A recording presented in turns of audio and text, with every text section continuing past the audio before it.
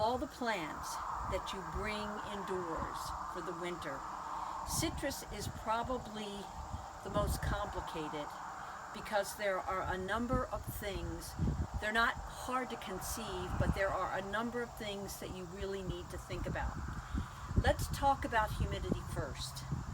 Citrus are very, very sensitive to changes in humidity. And most of the time, it is suggested to you when you purchase a citrus tree that you bring it inside before the first frost. That's correct, but I would modify that. If you bring the citrus in right before the first frost, you've already turned the heat on in your home. So the humidity in your home is much, much less than anything the tree is experiencing outside. You want to minimize humidity shock.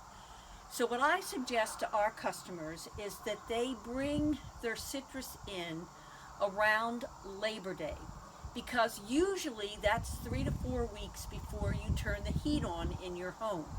And so the citrus plant is only very minorly shocked when you bring the citrus in around Labor Day, because it's not dealing with the lack of humidity from heat being turned on. As you turn the heat on, yes, the humidity is going to go down, and yes, the tree may show some reaction. A citrus tree's reaction to a change, a shock by humidity, is that it drops its leaves. And I can't tell you how many of our customers call us and go, my citrus tree has dropped all of its leaves. Well, that happens because of the change in humidity. Eventually, most of those trees, if they were healthy to begin with, will grow all those leaves back, but eventually is a good 3 to 4 months. So humidity, that's the number one thing as you're choosing the time you bring the citrus tree in. The second thing is that this innocent little green tree is really a bug magnet in disguise. Bugs love citrus trees. The 3 bugs that love them the most are spider mites, scale, and then sometimes mealybug. But the big problem is spider mites. And what you need to do, a good 15 days before you bring the plant inside, you need to concoct a mixture that will kill spider mites and will also kill other things like aphids. Of all the things I've seen and tried, there's one thing that's absolutely outstanding for a fruit tree like a citrus tree. It is, I wish it were my idea, but it's not. It is the idea of a man whose first name is Corey. He has one of the best YouTube videos I've ever seen on anything. His channel is Liquid Dirt, and he describes a mixture that he uses for killing primarily spider mites, but also aphids and some other insects. If you don't remember anything about this video, remember this, because this guy knows what he's talking about, and that video is outstanding.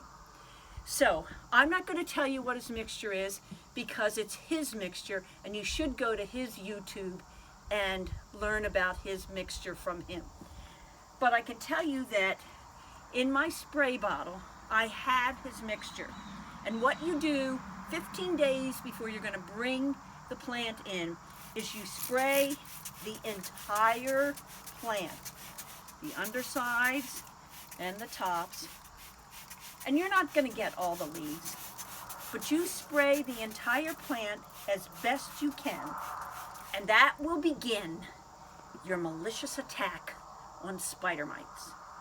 5 days later, because it takes about 5 days for a spider mite to mature, you do it again. This is 5 days later, and you're spraying the plant again with Corey, the Liquid Dirt guy's mixture. And then 5 days after that, the day you're going to bring the plant inside, you spray it again. You spray it again. Now, if I were you, I would spray it 2 more times. 5 days after you bring the plant inside, I would spray it, and 5 days after that, I would spray it. The reason is that oftentimes spider mites lay dormant in the soil until they're brought inside, and that's when they come out of dormancy. So this tree, which doesn't look like it's got a spider mite within a mile of it, could very well have spider mites in the soil. The other thing that I forgot to tell you is that when you're spraying this tree, those 3 times before you bring it in, you should spray the surface of the soil and spray it well, because that will get some of the spider mite eggs. So when you bring it in and the spider mites begin to come out of dormancy, if you hit it 5 days after you bring it in, and then another 5 days after that, you will have broken the egg-laying cycle. Don't forget about spider mites, because I think they may be the #1 killer of citrus trees that are grown in a family's home. So, #1, when do you bring it in? And I would say at least 3 to 4 weeks before you're going to turn the heat on. #2, what you want to do is treat it through 3 egg-laying cycles, so 3 times before you bring it into the house. And then, if you really want to be aggressive, 2 more times after you've brought it into your home. The final thing to consider when it comes to bringing citrus trees inside is fertilizer. In my opinion, citrus trees need to be fertilized year-round. In others' opinions, they need to be given a rest, and that's wise as well. But my citrus trees do really well with being fed year-round.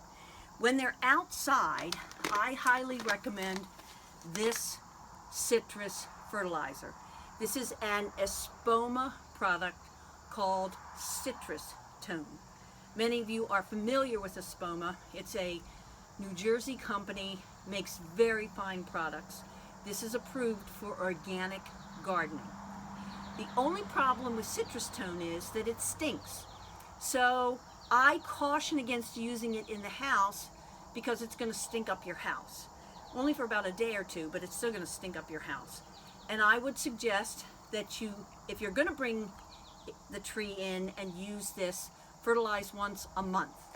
However, I have a better suggestion, and that is my beloved Jack's Citrus Feed. The nice thing about this is it's water soluble, and the even nicer thing is it doesn't stink.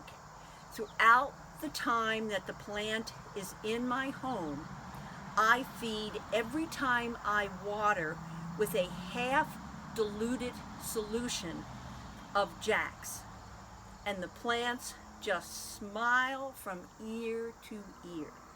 So this, when the plant is inside, because it doesn't stink, and only a half diluted solution each time you water. This, when the plant is outside, because it stinks, but it has micronutrients in it that don't duplicate the micronutrients in Jack's. If you do these things, you'll be fine bringing that citrus tree into your home. And the following year, you will get just as many fruit as you did the first year. Good luck. If you have enjoyed this video, please come to our website, www.harvesting-history.com, where you can purchase heirloom, non-GMO vegetables, flowers, and herbs. Please like, subscribe, and share with your friends our channel. On the left side of your screen, there is our most recent video, and on the right side of your screen is one of our playlists. We are Harvesting History, seeding the future.